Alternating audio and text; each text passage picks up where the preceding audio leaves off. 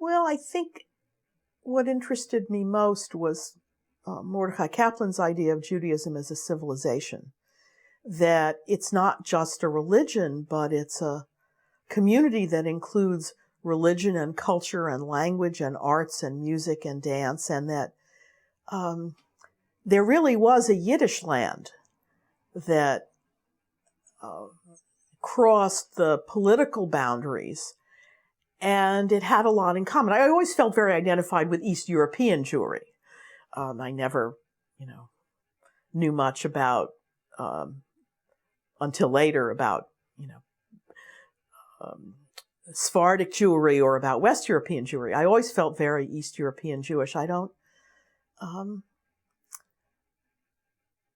know. I guess I was interested in Reconstructionism because I didn't have to worry about whether I believed or didn't believe. I could just do it.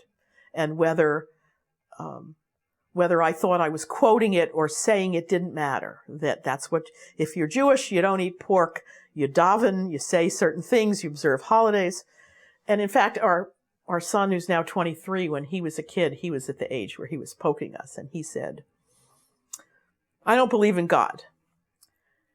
And I said to him, "Well, we don't really care if you believe in God. Just do the mitzvahs and celebrate the holidays." And I think in a lot of ways that's sort of a Reconstructionist point of view that says that part of being Jewish is going along with the program of the community, and you shouldn't worry so much about ideological issues in terms of religion. You separate milk and meat. That's what you do if you're a Jew.